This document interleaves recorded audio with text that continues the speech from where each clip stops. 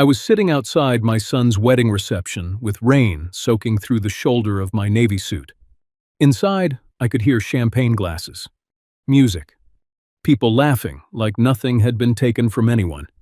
Outside, I held a wedding program with ink starting to blur. My son had just hidden the Navy photo I brought for the family table. A photo of me and my wife before her body gave out and the hospital bed became her world. He looked at that silver frame and whispered, "Dad, this isn't a veterans hall." Then he put me outside on the patio, while my wife's letter to him sat unread in the coat room. I told myself not to make a scene. It was his wedding. Then an old Admiral looked through the window. He saw me in the rain. His face changed. He stepped outside and asked, loud enough for the room to hear, "Why is Chief Harrison sitting outside in the rain?" Welcome to Final Act Revenge. Tell me where you're watching from and what time it is where you are. Please take care of your health while you listen. Because my son had not just hidden a photograph, he had hidden the people who carried him here. My name is Moris Harrison. I am 65 years old, and I live in Norfolk, Virginia, close enough to the water that some mornings the air still smells like salt and diesel. For 28 years, I served in the United States Navy. I was not famous. I was not the kind of man they put on posters. I was a chief petty officer who knew how to keep panic from spreading when smoke filled a passageway, when a compartment flooded, when young sailors needed one steady voice. That was my job. Keep people alive. Keep the ship standing. Then I came home, and life gave me another watch. My wife, Evelyn Harrison, had worn the uniform too. She was a Navy hospital corpsman, small enough that people underestimated her, strong enough that nobody did twice. Now she lies in a bed in our front room. Oxygen line, medication chart, physical therapy bands, a pill organizer with more little boxes than any marriage ought to need. Most mornings I wake at 5:30, check the machine, warm her tea, turn her pillow, and read the Norfolk paper out loud while she corrects my pronunciation. A woman can be bedridden and still outrank her husband before breakfast. Evelyn would smile when I said that. Not much, just enough. She never wanted pity. She hated the soft voices people used around sickness. She once told me, "Morris, don't let them make our service look like a sad decoration." I promised I wouldn't. The week of our son Warren's wedding, she asked May Fletcher, her home health nurse, to brush her hair and bring out her blue cardigan. Then she wrote him a letter. Not all at once. Her hand shook too badly for that. A few lines on Monday, a few more on Tuesday, rest on Wednesday, because pain does not care about wedding schedules. By Friday, the letter was folded in a cream envelope with his name written across the front. Warren. She also asked me to bring the silver-framed Navy photo from the hallway. In that picture, I am in dress blues. Evelyn stands beside me, younger, healthy, chin lifted, the Norfolk pier behind us. That photograph was not about rank. It was proof. Proof that before the hospital bed, before our son learned to lower his voice when people asked about his mother, Evelyn had stood tall beside me. I told her I would put the photo on the family table. I told her I would hand Warren the letter. She looked at me for a long moment. "Will he read it?" "He will," I said. But I said it like a father, not like a man who knew. Warren had changed over the years. As a boy, he wore my Navy cap around the house and saluted the mailbox. But adulthood gave him polished rooms, corporate meetings, defense technology clients, people with money who spoke about service like a brand and illness like an inconvenience. Little by little, our family became something he managed instead of something he claimed. He stopped bringing friends by the house. He called Evelyn's condition a lot for people.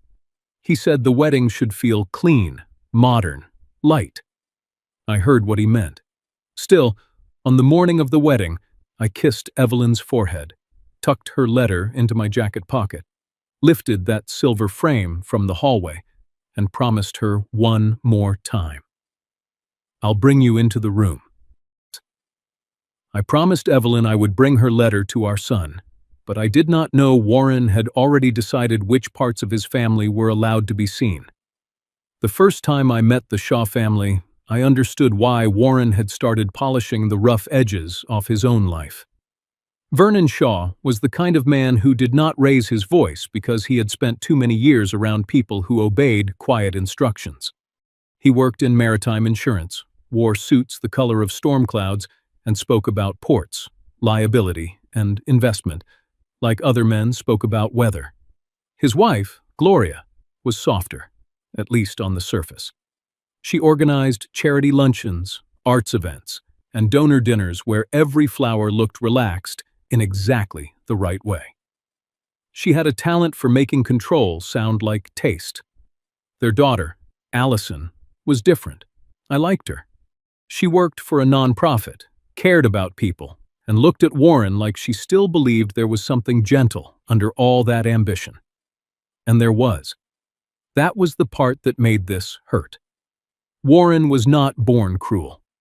As a boy, he would sit on the floor beside Evelyn's old medical bag and ask her what every tool was for. He used to wear my Navy cap around the house, saluting the refrigerator like it was a commanding officer. Then he grew up. The world taught him that some stories impressed people, and some made them uncomfortable. A few weeks before the wedding, Warren invited me to a planning dinner with the Shaws. He called it casual. It was not casual. The napkins had been folded like small pieces of architecture, and every sentence seemed to arrive wearing a jacket. Vernon asked about my service in a respectful enough way. "Chief Harrison, Norfolk must have changed quite a bit since your active years." "It has," I said, "but the water still smells the same." He smiled politely, then moved on. Gloria asked whether Evelyn would attend. I told her no. "She's not able to travel now." Gloria softened her face. "Oh, that's difficult. We'll keep the day light for everyone." Light. That word stayed with me. Later, when Warren stepped away to take a call, I heard Gloria say to Allison, "The hospital letter may be too emotional for the reception." Allison looked confused. "What letter?" Gloria touched her hand. "We'll let Warren handle it." That was the first sign Allison did not know everything. Vernon added, "Military history is admirable, of course, but weddings should look forward." I sat there with a glass of water in my hand and felt something inside me go very still. Not angry yet, just alert. A sailor learns the difference between rough weather and a storm forming beyond the horizon. This was the second one. The venue had a family honor table near the ballroom entrance. Paula Kent, the wedding planner, explained it to me over the phone the week before. Photos of parents, grandparents, loved ones who can't attend. Anything meaningful. "Anything meaningful," I repeated. "Yes, sir." So I brought the silver-framed Navy photo and Evelyn's letter. On the wedding day, I arrived early. I wore my Navy suit, the one Evelyn liked because she said it made me look less grumpy and more official. The ballroom was beautiful. Too beautiful, maybe. White flowers, gold chairs, a view of the Elizabeth River through tall windows, a string quartet warming up near the bar. On the honor table, I saw framed photographs of Allison's family, her grandparents, her parents at some gala, a beach photo from childhood. Good photos, loved photos. Then Paula saw the silver frame in my hands. Her smile slipped, only a little. "Mr. Harrison," she said, "let me check where Warren wanted that placed." I looked at her. "Warren?" She hesitated. "I was told to keep military items minimal."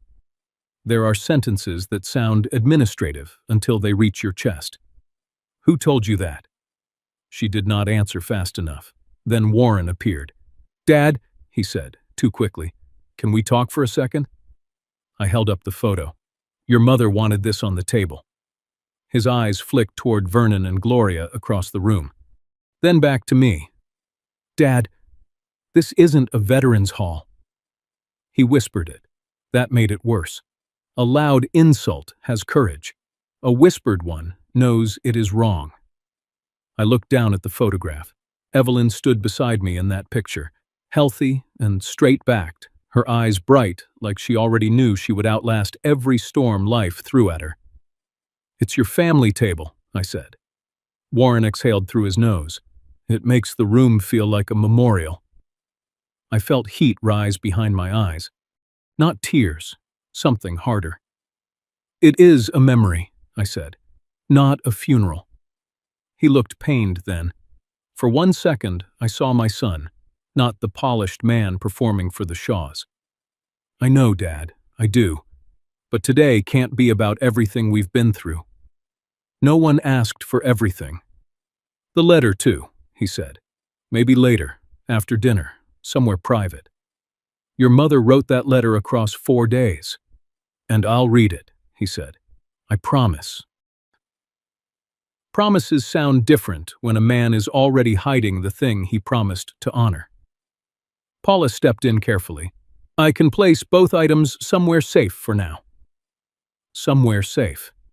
That became the coat room, the same room where guests left umbrellas, wet jackets, and gift bags. I watched her carry away my wife's letter, and the only photo that showed her before the bed became part of her name. Then Warren straightened his jacket. "Thank you for understanding." But I did not understand. I was only quiet. A few minutes later, I saw the guest list near the check-in table. One name caught my eye. Admiral Conrad Whitman, VIP table. Scheduled remarks after dinner. I stared at that line longer than I should have. Warren came up beside me, suddenly proud again. "Admiral Whitman is coming. Vernon helped arrange it. Big deal for the room." The room. Not the family, not the marriage. The room. That was the first time I understood my son did not mind the Navy being present at his wedding, as long as it did not look like me. The coat room was only 20 steps from the ballroom. That was the part I kept thinking about. 20 steps. Close enough that my wife's letter could have reached our son before the first toast. Close enough that the silver-framed Navy photo could have sat on the family table without disturbing a single flower arrangement. Close enough that Warren could have done the decent thing and still kept his elegant reception. But he chose distance. Not a lot of distance, just enough to hide us.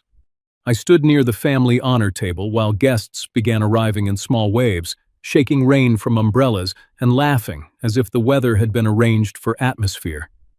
The Shaw side looked polished. Vernon's friends came in wearing tailored suits and expensive watches. Gloria kissed cheeks, adjusted place cards, and whispered instructions to Paula Kent like she was conducting an orchestra nobody else could hear.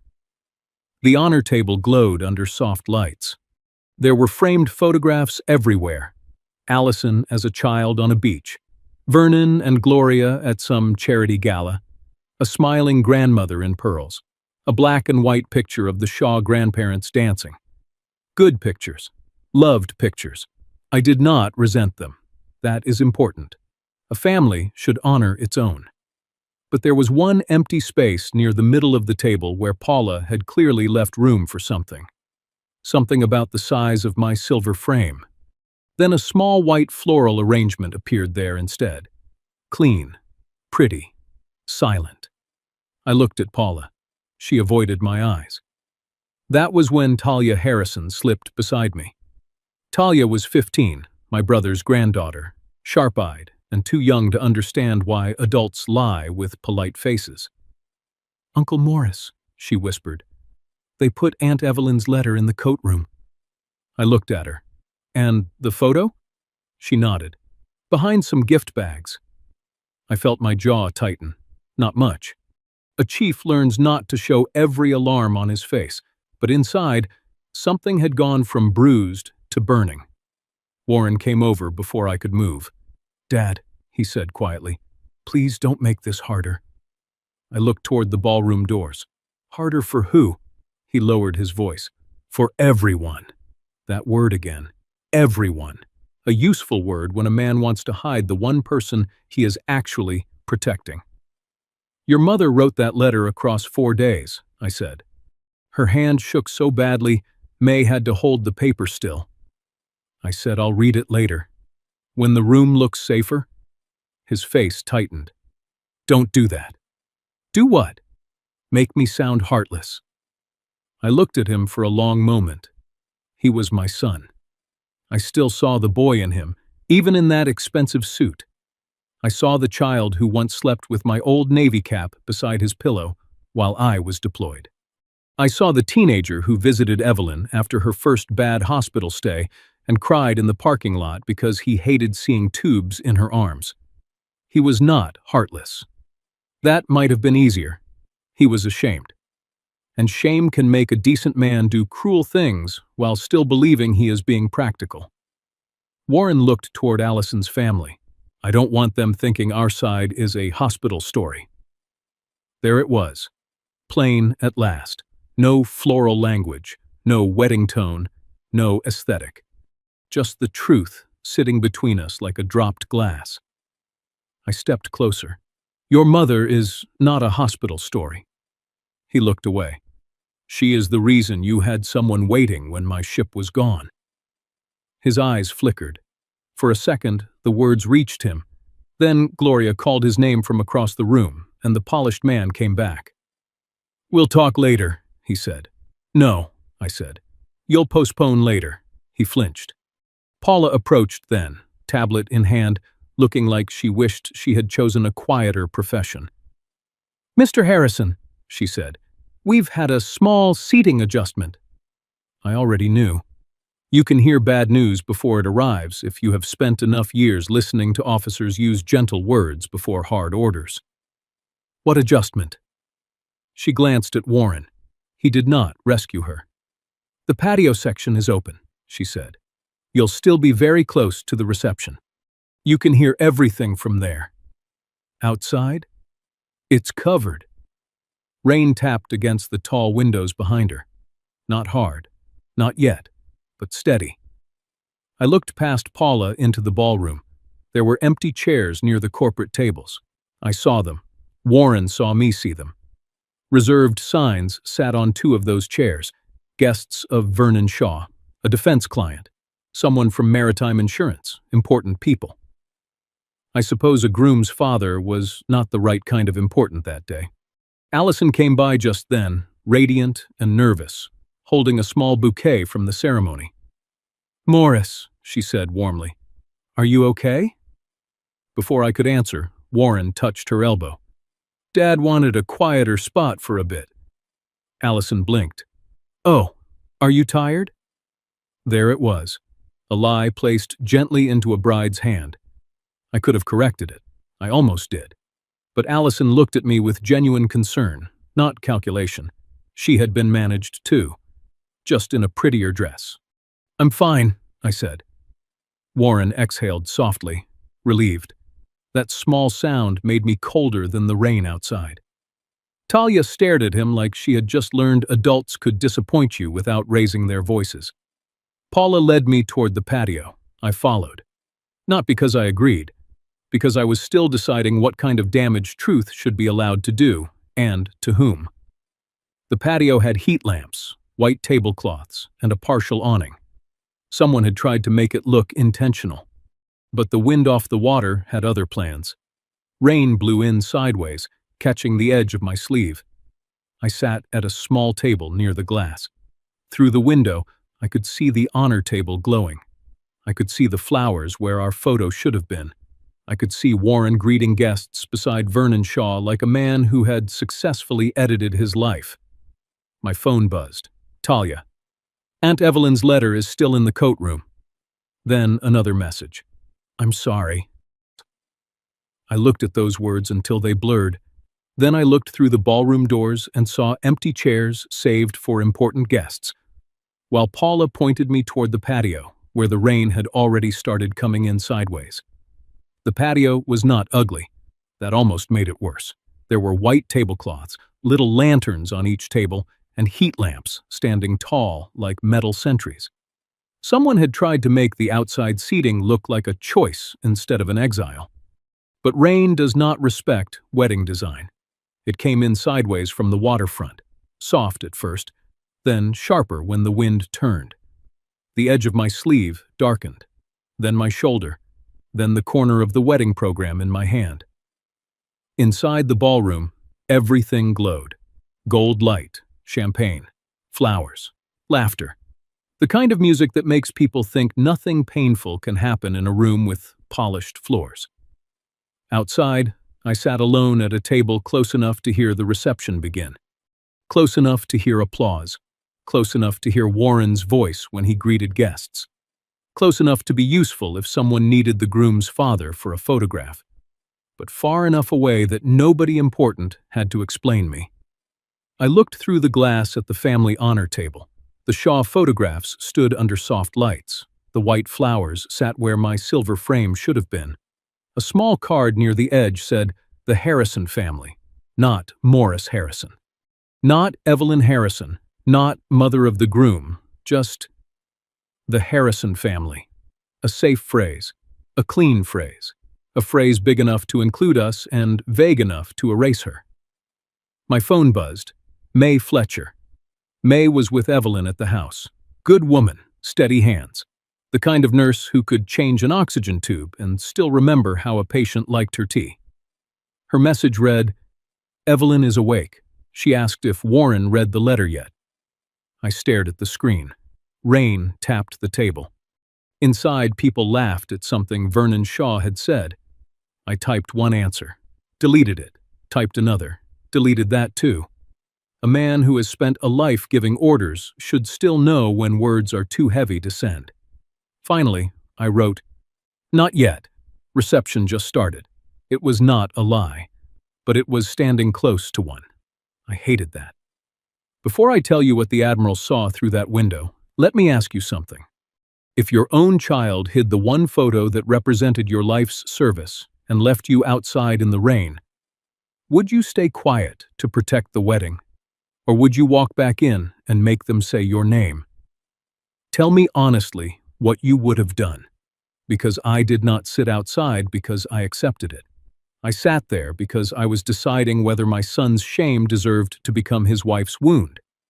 Allison had not looked cruel when she asked if I was tired. She looked worried. She looked managed, and I knew enough about controlled rooms to recognize another person being steered without seeing the hands on the wheel. So I stayed. For a few more minutes, I stayed. I listened to the reception through glass. Someone announced dinner would begin soon. A few guests on the patio side glanced out, saw me, then looked away too quickly. That is how people behave when they see something wrong but cannot decide if it is their place to name it. I did not blame them. Most people are braver in their kitchens than they are in ballrooms. My program had started to curl at the bottom. I smoothed it with my thumb and read the family section again. The Shaw names were all there. Vernon Shaw, Gloria Shaw, late grandparents, aunt names, uncle names, names printed with care, like each one had earned a small seat in memory. Then our side, the Harrison family. I thought of Evelyn lying in our front room, her blue cardigan buttoned wrong because her left hand had been weaker that morning. I thought of her asking May to brush her hair, even though she could not attend. I thought of that letter written in pieces, each line costing her more strength than Warren understood. Maybe he did understand. Maybe that was the problem. Maybe he understood too well, and it made him want to look away. My phone buzzed again. Talia, I can still see the envelope. It's on the shelf under the black coats. Then another. The photo is behind the gift bags. I'm sorry. I closed my eyes. The rain on my suit did not hurt. Not really. I had stood watch in weather worse than that. I had slept in metal compartments where condensation dripped down walls and men pretended they were not afraid. I had walked decks in wind that made every step an argument. Rain was just water. But knowing Evelyn's letter sat under somebody's coat while strangers toasted family inside, that hurt. A server opened the patio door and stepped out with a tray. She saw me and froze. "Sir, would you like anything?" I almost said no.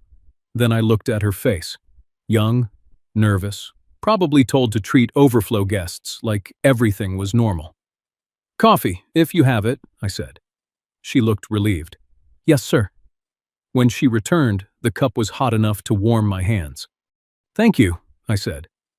She glanced toward the ballroom. "Are you with the wedding party?" I smiled a little. "That depends who you ask." She did not know what to do with that, so she gave a small polite nod and went back inside. A few moments later, Heather Lawson, the photographer, passed near the glass doors. She was taking candid shots of guests inside, moving quietly, catching smiles and little gestures people would later believe represented the whole day. Then she saw me. Her camera lowered. I saw the question cross her face. "Why is he out there?" Then she lifted the camera again. Not rudely, not like gossip, like a witness. Through the glass, she took one photograph. Inside, guests raised glasses. Outside, I sat with a wet program in my hand. I remember thinking that sometimes a picture tells the truth before people are ready to. My phone buzzed again. May. She wants to know if she should stay awake. I looked down at those words for a long time. Evelyn had saved her energy all week for this day. She had written that letter like a woman sending part of herself into a room her body could not enter. And our son had left it in the coat room. I typed, "Let her rest if she can. Tell her I have the letter safe." I did not say it had been read. I could not. I set the phone down and looked through the window again. Warren stood near Vernon Shaw, laughing now, one hand on a glass, his suit perfect, his story clean. Behind him, the family table glowed without us. The Harrison family. 2 words. No Evelyn, no photo, no letter, no service, no bed, no oxygen line, no years of care. Just enough family to sound respectful, not enough truth to make anyone uncomfortable. Then the ballroom doors opened wider. A man in a dark suit entered with a small navy pin on his lapel. Older, straight-backed, not flashy. But the room noticed him. Warren noticed him too. He walked over fast, smiling the way men smile when prestige has just arrived on schedule. I watched through the rain-speckled glass as Warren shook his hand. The Admiral nodded politely. Then his eyes moved past Warren, past the lights, past the flowers, past the perfect room. He looked through the window and saw me. The rain on my suit did not hurt. Hearing my wife ask whether our son had remembered her did. The Admiral saw me before Warren could finish introducing him. I watched it happen through the rain-speckled glass. Warren had that bright corporate smile on his face, the one he used when a client mattered. Vernon Shaw stood beside him, chest slightly lifted, already pleased that someone important had entered his room. Gloria was nearby, smoothing the edge of a floral arrangement that did not need smoothing. Then the older man in the dark suit turned his head. His eyes passed over the gold chairs, the champagne, the family table, the guests waiting to be impressed. Then they stopped on me. I was sitting outside under the partial awning, one hand wrapped around a paper cup of coffee, the other holding a wedding program that had started curling from the damp. For a second, he did not move. Then his face changed. Not with pity. Recognition. That is a different thing entirely. He stepped away from Warren. Warren said something to him, probably trying to guide him toward the front table, but the Admiral did not follow. He walked straight to the glass door, opened it, and stepped into the wet air. Rain touched his shoulders. He did not seem to notice. "Moris Harrison?" I stood without thinking. Old habits. "Yes, sir." He looked me over once, my wetsuit, the program, the patio table, the empty chairs around me. Then he turned his head toward the ballroom and asked, loud enough for the people near the door to hear, "Why is Chief Harrison sitting outside in the rain?" The room did not go silent all at once. Real life rarely works like that. First, a server stopped walking. Then 2 guests near the door turned. Then Warren's smile fell. That was when the sound began to drain from the corner of the ballroom. Warren hurried outside. "Admiral Whitman," he said, keeping his voice low. "It's just a seating overflow." The Admiral looked around the patio. There were 6 empty chairs. Then he looked through the glass, where I could see 2 reserved seats near Vernon's table still unoccupied. "Overflow does not usually put the groom's father in weather." Warren's jaw tightened. "It was temporary." I tried to step in. "Admiral, it's all right." He turned back to me. "No, Chief, it is not." Those 5 words did something to me I was not ready for. I had told myself I was fine. I had told myself rain was just water. I had told myself a man my age should be able to sit quietly for one evening without making his son's wedding harder.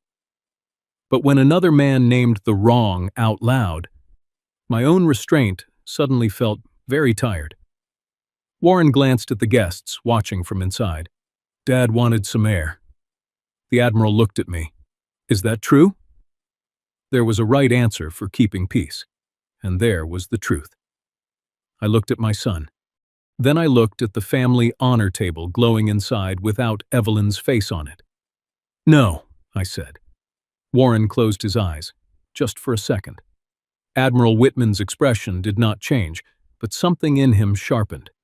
"Where is Evelyn?" The question caught me off guard. "At home," I said.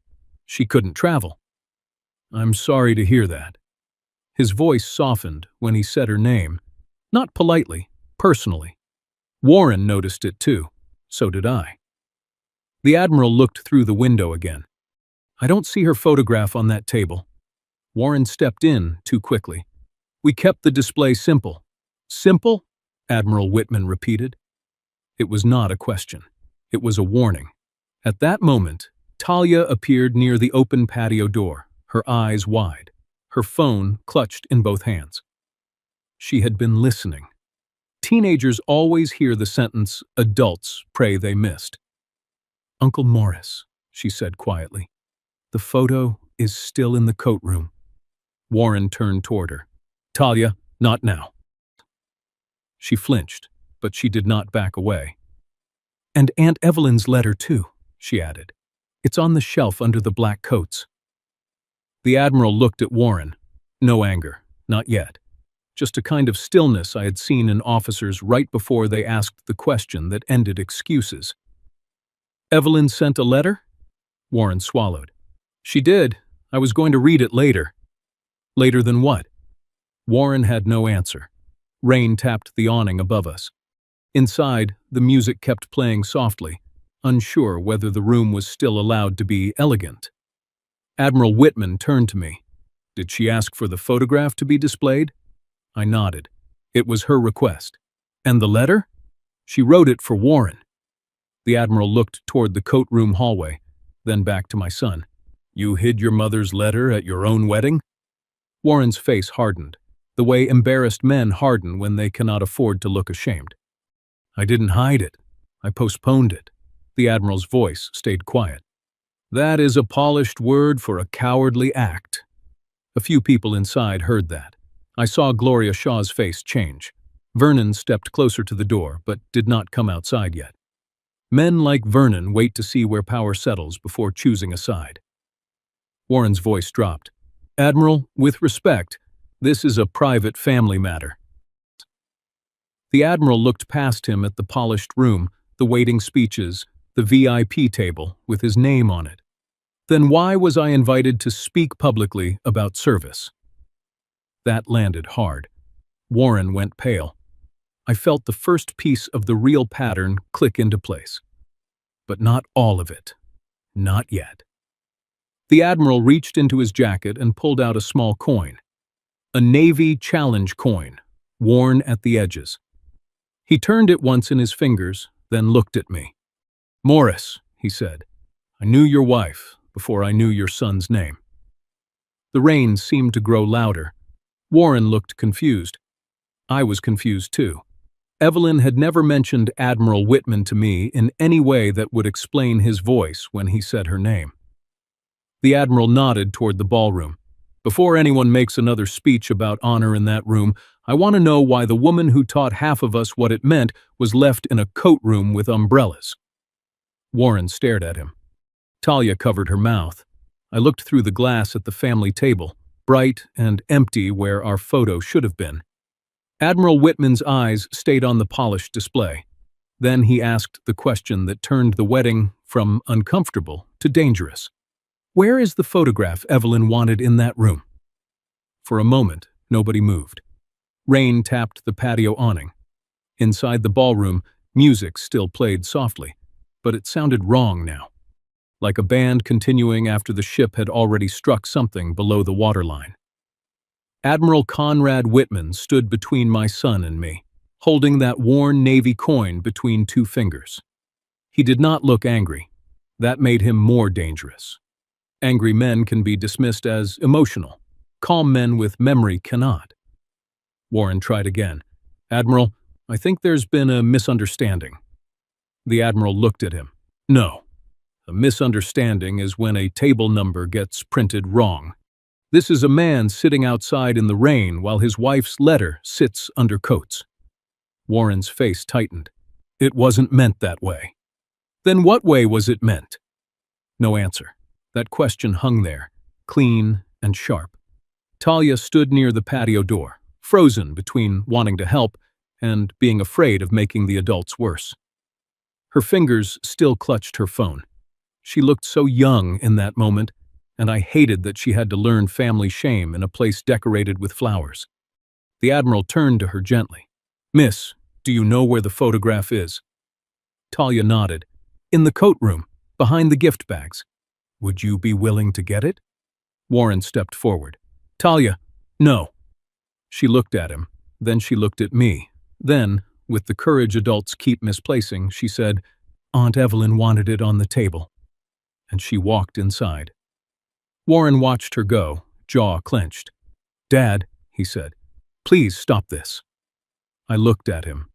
I have been stopping myself all day. That quieted him, maybe only because he heard the truth in it. Admiral Whitman moved closer to the glass, looking toward the ballroom. Guests had begun to whisper now, not loudly. Wedding guests whisper with their eyes first. A few people near the doors kept glancing out, then pretending they had not. Gloria Shaw stood inside, speaking quickly to Paula Kent. Vernon had his hands folded in front of him, waiting, calculating. Allison appeared near the hallway then. She saw the patio door open. She saw Warren's face. Then she saw me, standing in the rain beside Admiral Whitman. Her smile disappeared. She came out immediately.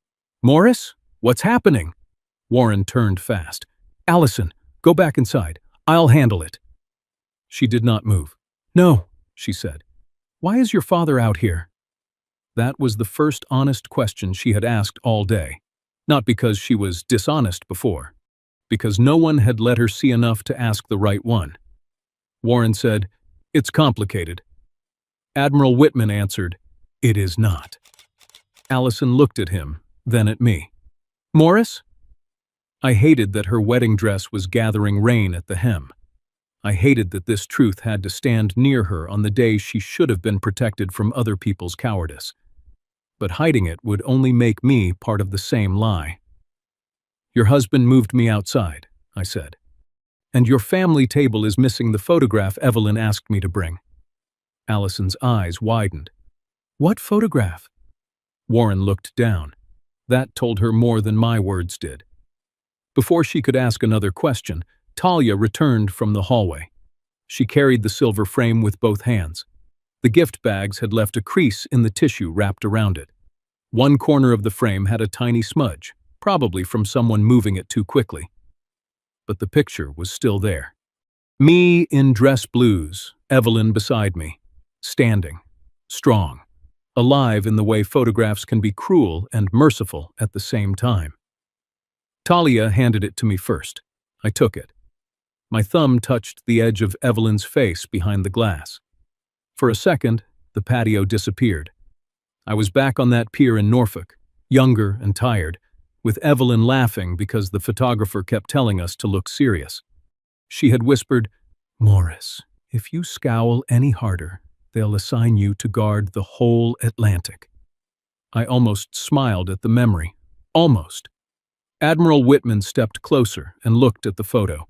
His face changed again. This time, the recognition was not for me. It was for her. "Evelyn Harrison," he said softly. Allison looked at him. "You knew her?" He nodded. "Yes, ma'am. I knew her before I ever knew your husband." Warren frowned. "What are you talking about?" The Admiral did not look away from the photograph. "There was a training accident years ago. Young sailor, bad bleeding, airway trouble, too much confusion in too small a space." His voice stayed even, but the patio seemed to grow still around it. "Your mother was the calmest person in that room." Warren stared at him. I stared too. Evelyn had told me stories from her corpsman days, but never this one in full. That was how she was. She remembered everyone else's pain clearly and treated her own courage like housekeeping. Admiral Whitman continued, "I was not an admiral then. I was a man watching a kid turn gray while everyone else waited for someone to take control. Evelyn took control." He looked at Warren. "She kept that sailor breathing until evacuation." The rain blew in under the awning, touching the photograph. I pulled it closer to my chest. The Admiral saw and nodded once, as if that small motion said everything he respected about me. Then he turned back to Warren. "Your father wore the uniform. Your mother carried the wounded. Which part of that embarrassed you?" Warren's mouth opened. No sound came. Allison covered her mouth with one hand. Talia began to cry quietly. "I did not yet." Something inside me had gone too deep for tears. The Admiral looked at me then. "Morris, I'm sorry. I assumed Evelyn would be honored inside." "She wanted the photo on the table," I said. My voice sounded older than it had before. "And the letter?" he asked. Talia answered before I could. "It's still in the coat room." Allison turned to Warren. "Evelyn wrote you a letter?" Warren whispered, "Yes." "And you didn't tell me?" "I was going to read it later." Allison's face changed. Not anger first. Hurt. That was worse. "She's your mother." Warren looked toward the ballroom as if the room might rescue him. It did not. Admiral Whitman spoke again, quieter now. "Son, your mother spent years walking toward pain other people ran from." Warren swallowed hard. "I know." "No," the Admiral said. "I don't think you do." Warren's eyes flashed. "I grew up with it. You don't know what that was like." There it was, the wound under the polished suit. He was not defending cruelty now. He was defending a lifetime of fear he had never learned to name. "The hospital bed," he said. "The oxygen. The way people look when they come over and don't know where to put their eyes. I didn't want that here." I finally spoke. "Your mother is not the place where her body failed." He looked at me. I stepped closer, holding the silver frame between us. "She is this woman too, and the woman in that bed, and the mother who saved strength all week to write to you. You do not get to choose only the version that photographs cleanly." Allison looked at the picture again. "She was beautiful." "She still is," I said. "Her body just stopped letting strangers see it." That sentence seemed to pass through everyone differently. Talia cried harder. Allison wiped her face. Warren looked like he had been struck, but not by me, by memory. Maybe he saw Evelyn brushing his hair before school. Maybe he saw her in the hospital. Maybe he saw every time he had shortened her story because it made other people quiet.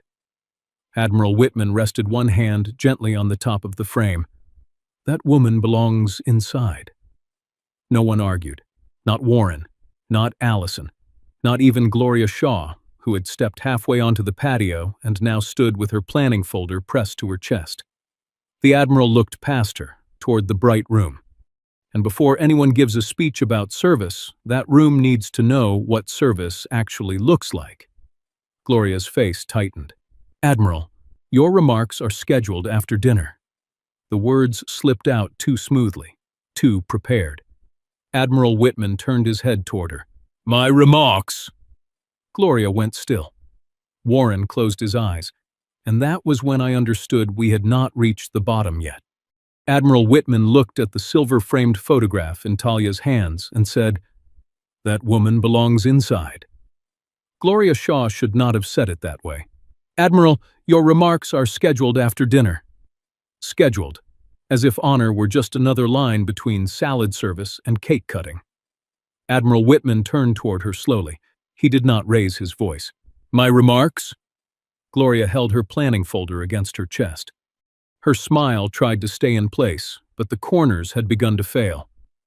"Yes," she said. "Warren and Vernon thought it would be meaningful if you said a few words about service and leadership." The rain kept tapping the patio roof. Nobody moved. I looked at Warren. He would not look back. Allison stood beside him in her wedding dress, damp at the hem now, her face pale with the kind of hurt that arrives when you realize you were protected from nothing except the truth. Talia still held the silver-framed photograph. Evelyn stood inside that frame, young and straight-backed, unaware that one day her own son would decide her story was too heavy for a wedding table. Admiral Whitman looked from Gloria to Warren. "So my presence was appropriate." Gloria blinked. "Of course. But Evelyn Harrison's photograph was not." No one answered.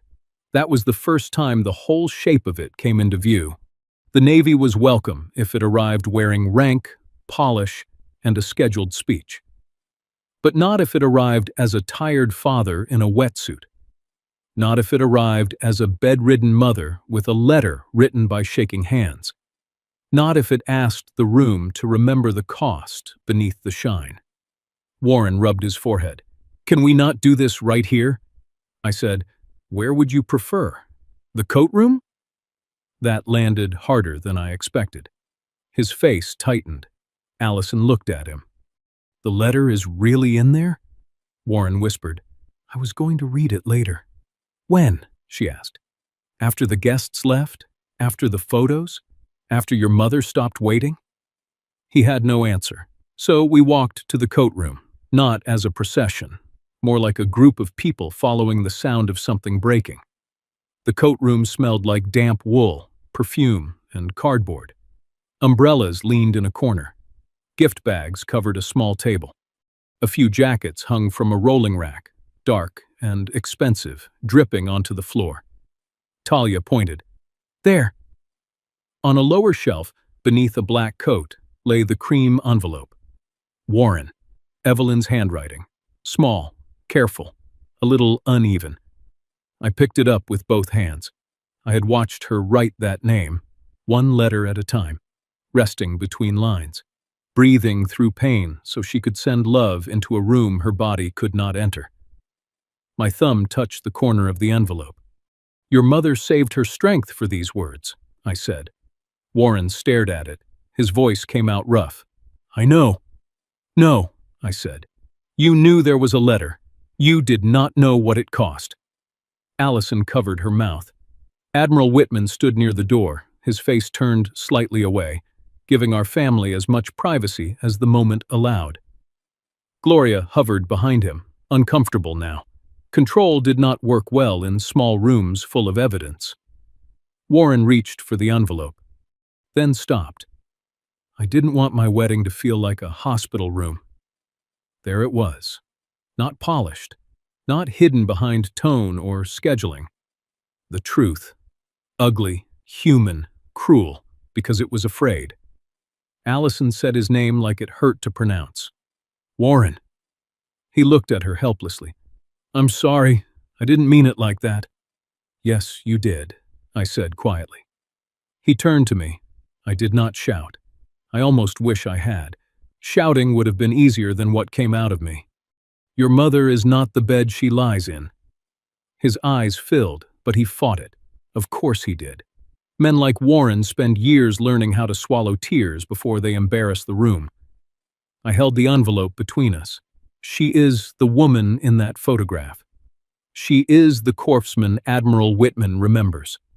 She is the mother who waded through my deployments with a child on her hip and bills on the table. She is the woman who still asks if you ate when she can barely sit up herself. My voice shook then, just once. And she is the woman you left under a coat. That broke the room open. Talia cried first. Allison turned away, wiping her face. Even Gloria lowered her folder. Warren looked at the envelope like it had grown too heavy to hold. Then my phone rang. May Fletcher. I almost did not answer.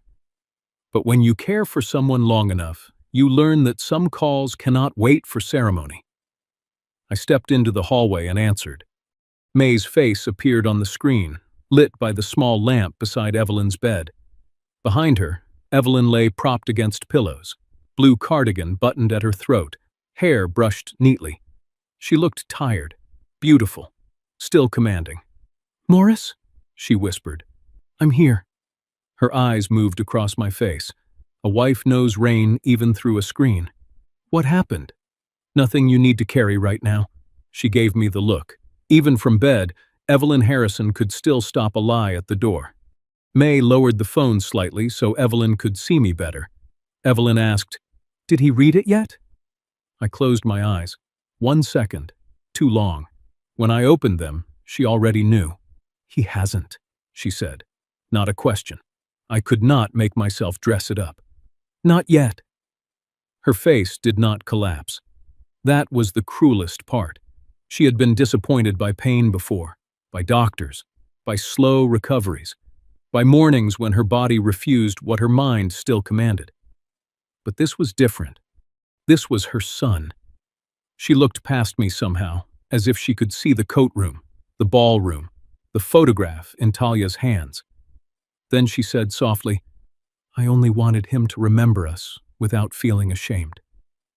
I gripped the phone tighter. Behind me, no one spoke.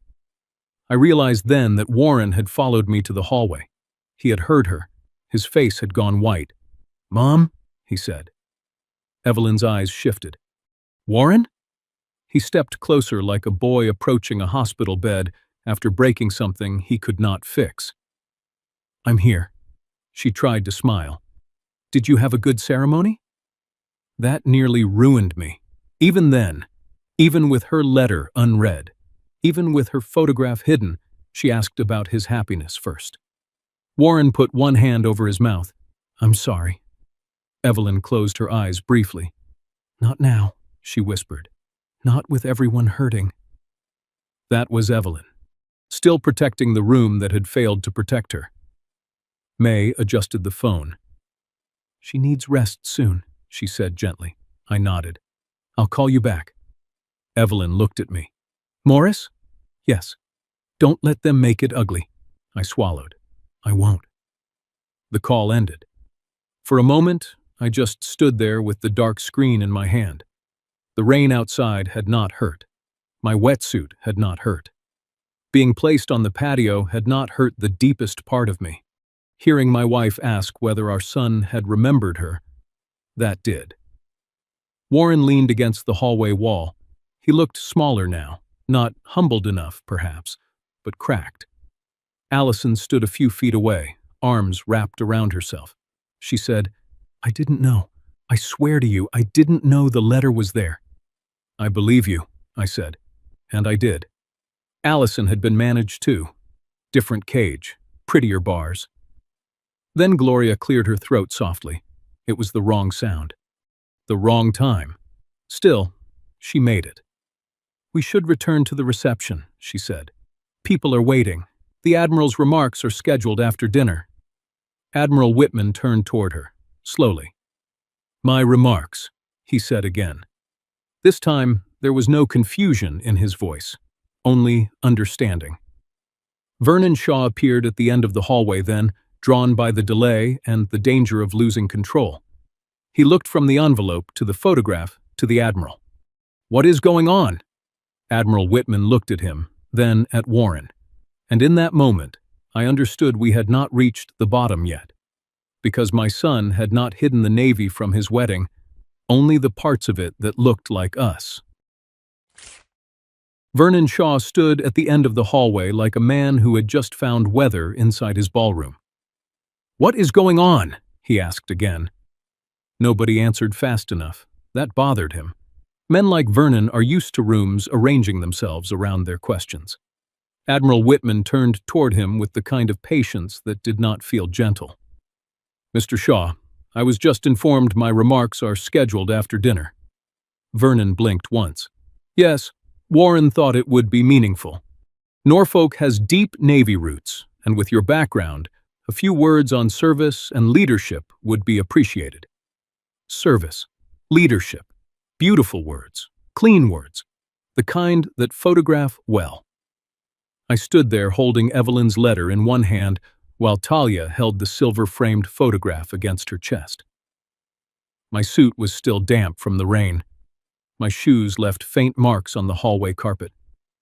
The Navy was welcome in that room, as long as it wore a lapel pin and spoke in polished sentences. Admiral Whitman looked at Warren. "You invited me to speak about service?" Warren swallowed. It was meant as an honor. For whom? That question did not need volume. It found him, anyway. Gloria stepped forward, trying to smooth the air with her voice. "Admiral, no disrespect was intended. We simply wanted the reception to remain balanced, elegant, not too heavy." I looked down at Evelyn's envelope. Her handwriting sat there quietly. Too heavy. That was what they had made of her love. Too emotional. Too medical. Too real. Paula Kent appeared behind Gloria, tablet pressed to her side. She looked pale, but there was something settled in her face now. Maybe guilt finally had weight. "Mrs. Shaw," Paula said carefully, "I think I should clarify the planning notes." Gloria turned. "Paula, this is not necessary." "It is," Allison said. Her voice was not loud, but it changed the hallway. She stood beside me now, no longer beside Warren. Her wedding dress brushed the carpet, damp at the hem, and her eyes were red but clear. Paula opened her tablet. "I received instruction about the family table and reception tone." Vernon's jaw tightened. "From whom?" Paula looked at Warren. "From Warren, and from your office, Mrs. Shaw." Gloria's face stiffened. Paula read softly, almost apologetically. "Keep groom's Navy family items minimal. Admiral Whitman's attendance is enough military presence." The hallway went quiet. Even the noise from the ballroom seemed to step back. Admiral Whitman did not move, but I saw his hand close around the challenge coin in his palm.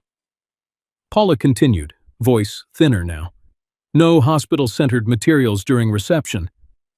Talia made a small sound. Allison closed her eyes. I looked at Warren. "Hospital-centered materials," I said. He flinched. "That was not my wording. But it was your permission." His face twisted. "Dad, I was trying to keep the day from turning sad." "Your mother's name is not sadness." He looked away. I took one step closer. "Her letter is not medical equipment. Her photograph is not a warning label. And I am not rain overflow because you couldn't find a clean place for the truth." Warren's face flushed. "You keep saying truth like I was trying to hurt you."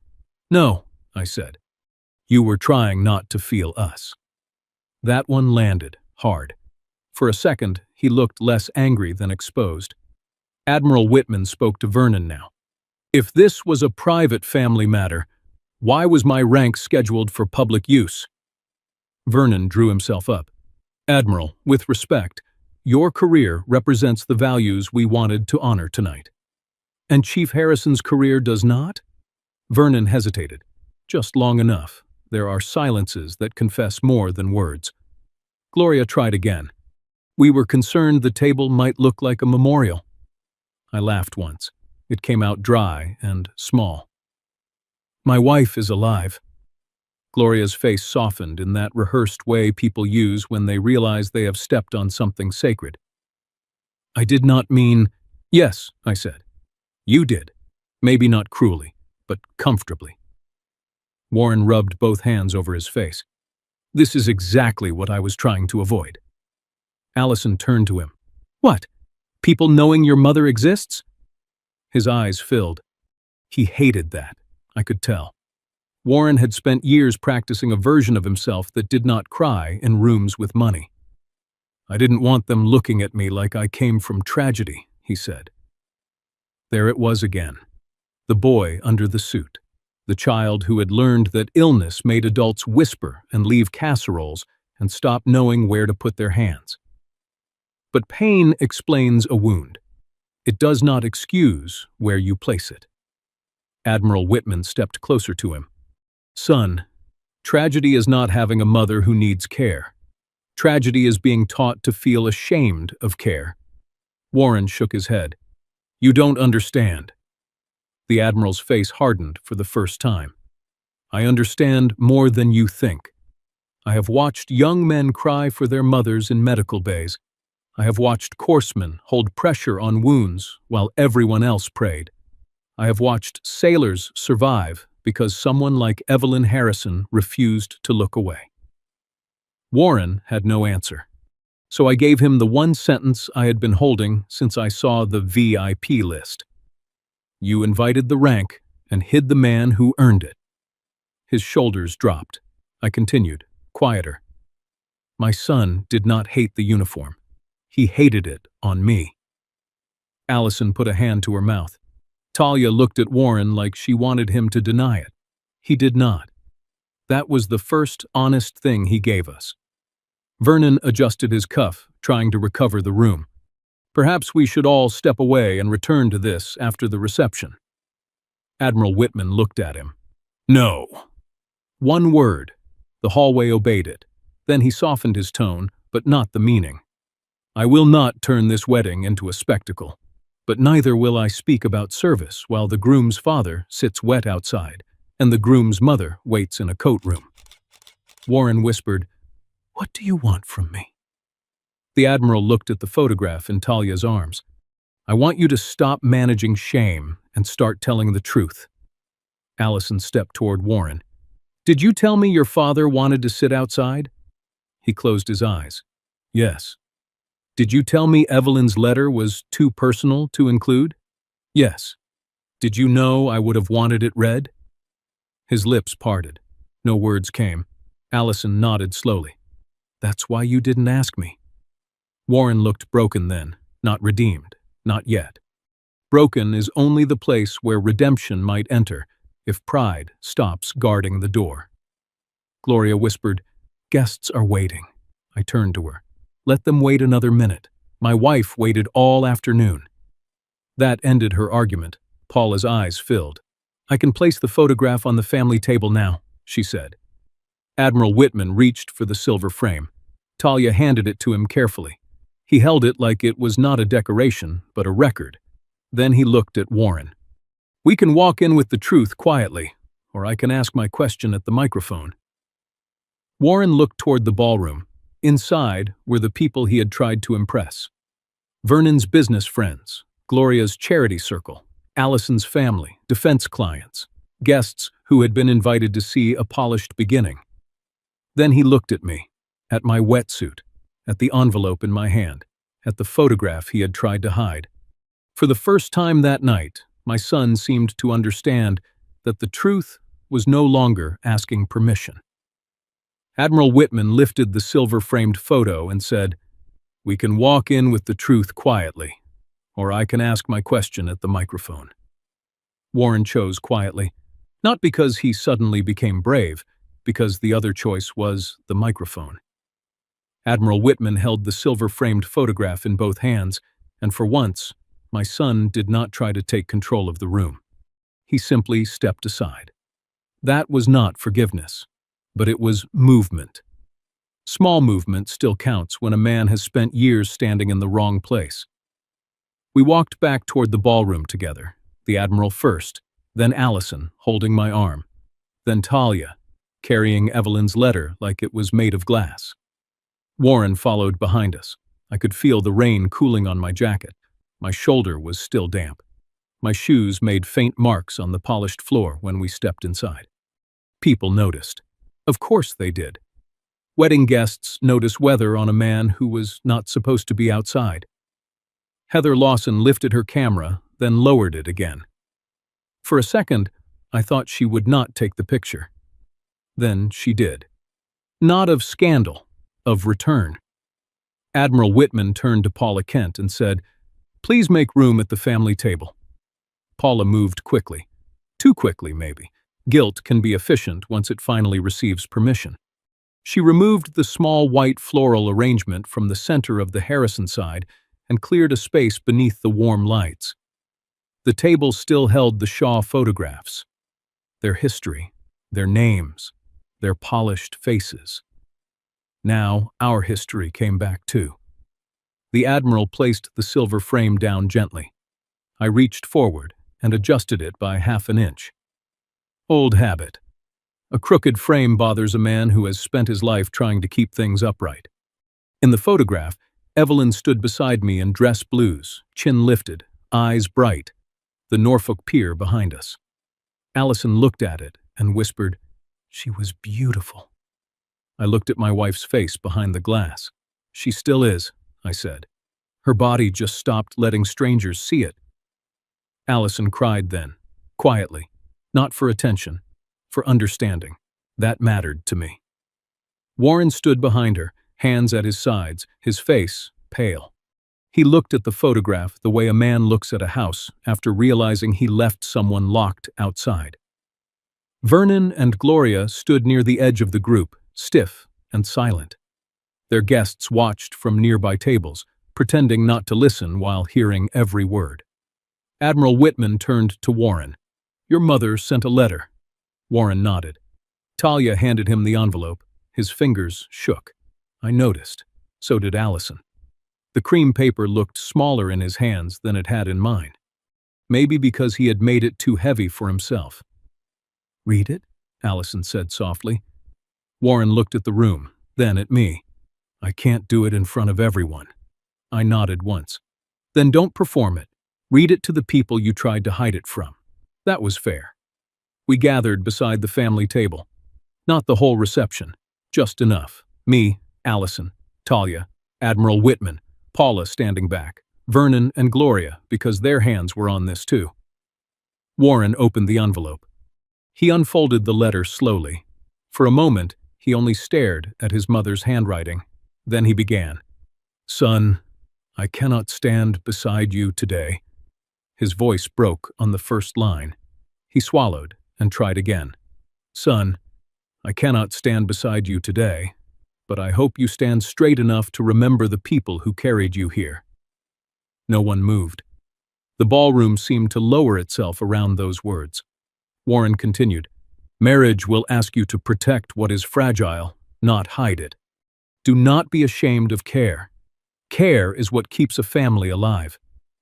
He stopped there. There was more, but he could not get through it. And maybe that was enough. Some letters do not need to be finished aloud to finish their work. Warren lowered the page. His eyes were wet now, not polished, not managed, just wet. "I was ashamed," he said. The words came out like they had been trapped in him for years. Allison covered her mouth. Warren looked at me. "I was ashamed because I didn't know how to carry what happened to Mom. I didn't know how to explain the bed, the oxygen, the way people looked at us. And I thought if I made the wedding clean enough, nobody would see how scared I was of all of it." I looked at him, my son, my foolish, wounded, cowardly son. "You put me outside," I said. He nodded. "I know." Then I looked at the photograph. "You put your mother outside too." That broke him. He turned toward the silver frame. "I'm sorry, Mom." No one clapped. Good. That moment did not need applause. It needed silence. The kind of silence that lets truth land without being turned into entertainment. Then Admiral Whitman stepped toward the microphone, not to expose every ugly detail, not to ruin Allison's reception. He had promised me that much with his eyes before we came in. The scheduled remarks were waiting for him anyway. He took the microphone from the stand, looked across the room, and waited until the last whisper died down. "My name is Conrad Whitman," he said. I was asked to say a few words tonight about service." Warren stared at the floor. The Admiral continued, "I will keep it brief. Service is not decoration. It is not a theme. It is not a convenient word for speeches." A few guests shifted in their seats. Good. Comfort should not survive every truth. Service is what people do when no one is applauding. It is what a corpsman does when a young sailor cannot breathe. It is what a chief does when the room is flooding and everyone needs one steady voice. And sometimes, service is what a husband does beside a hospital bed long after the uniform comes off. My throat tightened. I looked down at my hands. They were older than I remembered. The Admiral turned slightly toward the family table. "So before we toast the bride and groom, I want to acknowledge Moris and Evelyn Harrison. Their service reminds us that families are not made stronger by hiding sacrifice. They are made stronger by honoring it." For a moment, nobody moved. Then Allison began to clap. Talia followed. Paula. A few guests, then more. The sound grew slowly, not wild, not theatrical, just human. Warren did not clap. He cried. That was better. My phone buzzed in my pocket. May Fletcher, a message. She heard him. She smiled. I read it 3 times. Then I looked at Evelyn's photograph and let myself breathe. The wedding went on after that.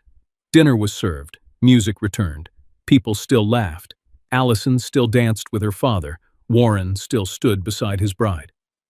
But the room had changed. Not because it became perfect, because the lie stopped owning it. My seat was moved inside, not at the head table. I did not need that.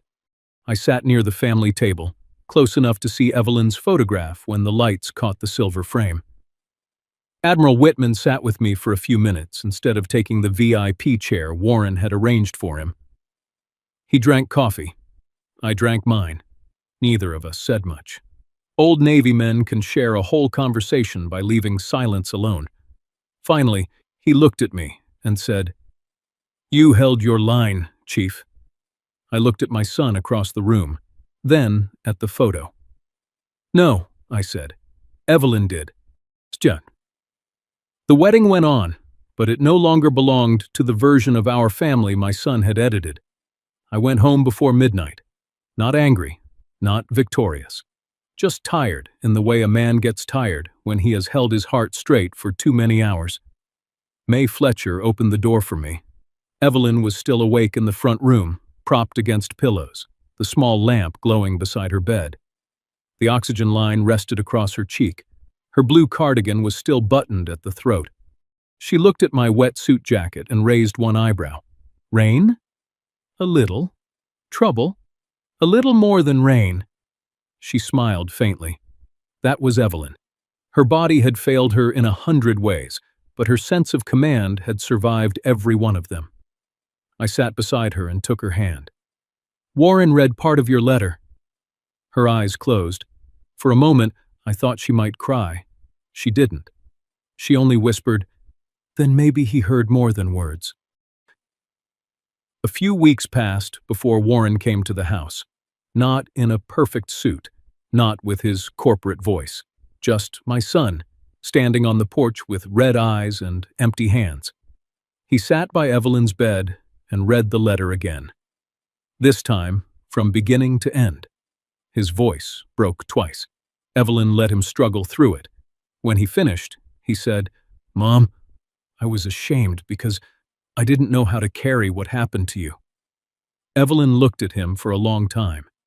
"You were never asked to carry it," she said, "only not to hide it." That sentence stayed in the room longer than any apology. I did not forgive Warren all at once.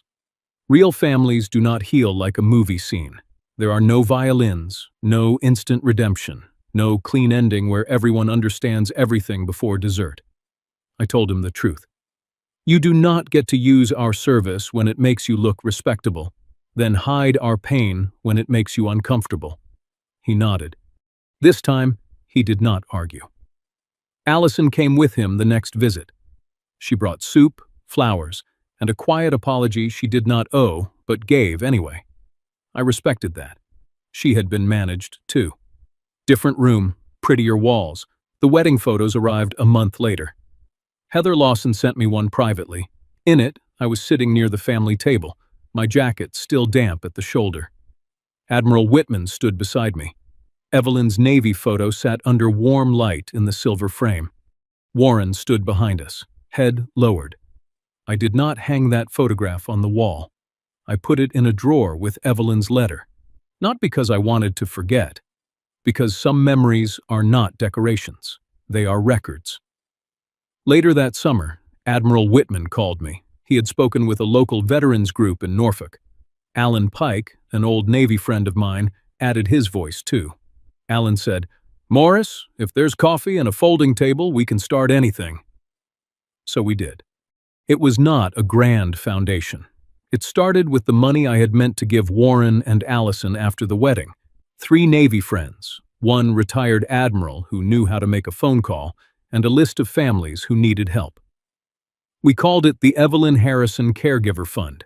Small grants, respite care vouchers, wheelchair ramp support, oxygen supply assistance, transportation to VA appointments, grocery cards for spouses who had spent so much time caring for someone else that they forgot their own refrigerator was empty.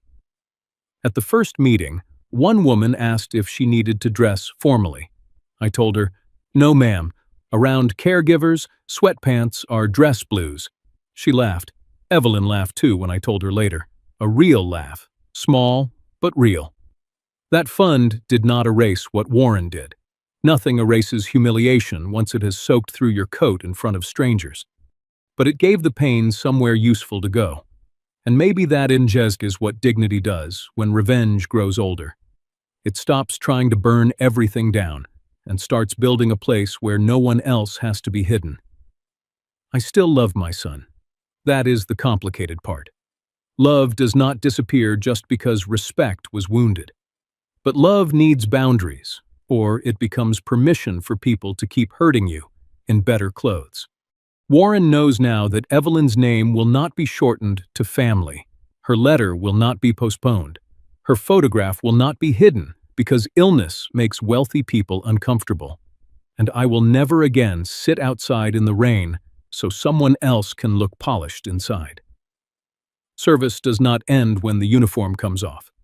Sometimes it begins again beside a hospital bed. And no family should ever become so clean, so elegant, so carefully arranged, that it forgets the hands that held it together. Thank you for spending this time with me today, and for listening to this memory all the way through.